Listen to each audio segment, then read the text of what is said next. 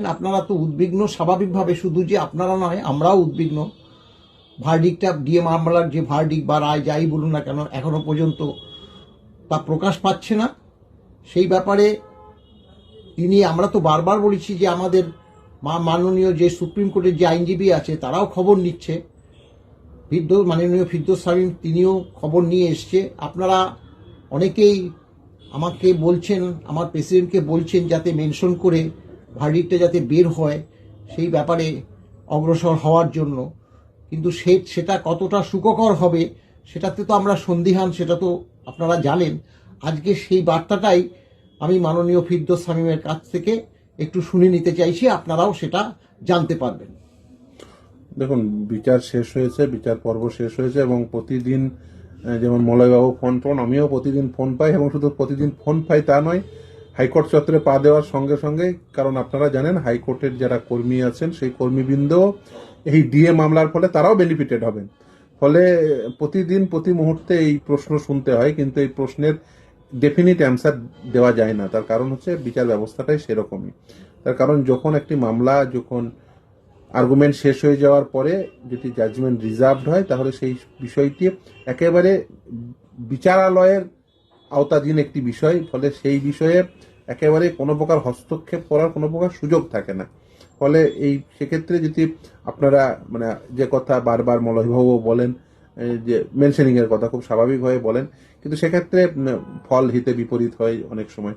ফলে সেই ক্ষেত্রে আমি মলয়বাবুকেও বলেছি, একই কথা বলেছি।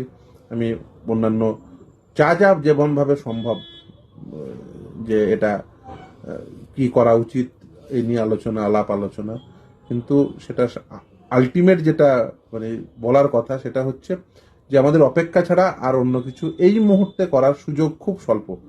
ফলে আশা করব কর্মীবৃন্দ, আপনারা যারা ফোন করছেন, মলয়বাবুকে ফোন করছেন, অবভিয়াসলি আমি সব থেকে বেশি উদ্বিগ্ন মলয়বাবু নিজেও একজন অবসরপ্রাপ্ত কর্মী।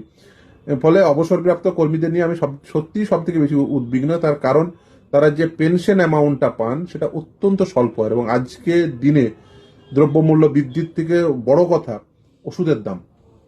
কারণ সব কর্মী কিন্তু একই শারীরিক অবস্থায় নেই। অনেকের শারীরিক অবস্থা প্রতিদিন ডিটোরেট করছে, সেক্ষেত্রে যে পরিমাণ ওষুধের মূল্য তাদের দিতে হয়, যে পরিমাণ চিকিৎসা খরচ হয়, সেটা সত্যি মিট করা ওই স্বল্প পরিমাণ টাকায় অসম্ভব হয়ে পড়ছে। ফলে এই বাস্তবতার উপর দাঁড়িয়ে পুরো বিষয়টি দাঁড়িয়ে আছে।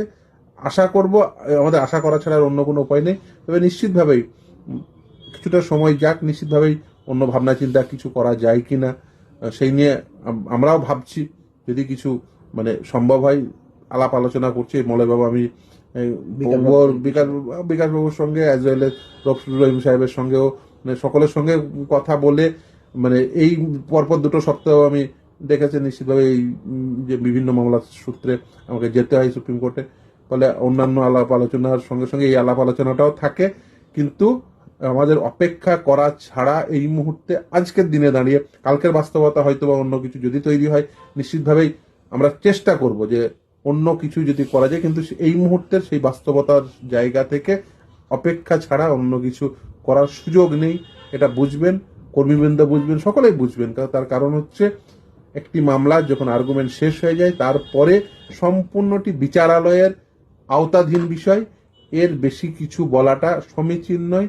মামলাটি ওই ভার্ডিক্টের জন্য ওয়েট করা ছাড়া, জাজমেন্টের জন্য ওয়েট করা ছাড়া। ফলে আমরা আশা করব আপনারা প্রত্যেকেই যে গভীর প্রত্যাশার সঙ্গে এই মামলার দিকে চেয়ে আছেন, আমিও চেয়ে আছি, অ্যাজ ওয়েল এজ মলয়বাবু চেয়ে আছেন, যারা মূল মামলাকারী সহ মলয়বাবুর উপর প্রত্যাশার চাপ অনেক, বুঝতে পারছি। এত লক্ষ লক্ষ কর্মচারী এবং সবথেকে বড় কথা পেনশনার, যারা সব থেকে বেশি এই মুহূর্তে যন্ত্রণায় আছেন।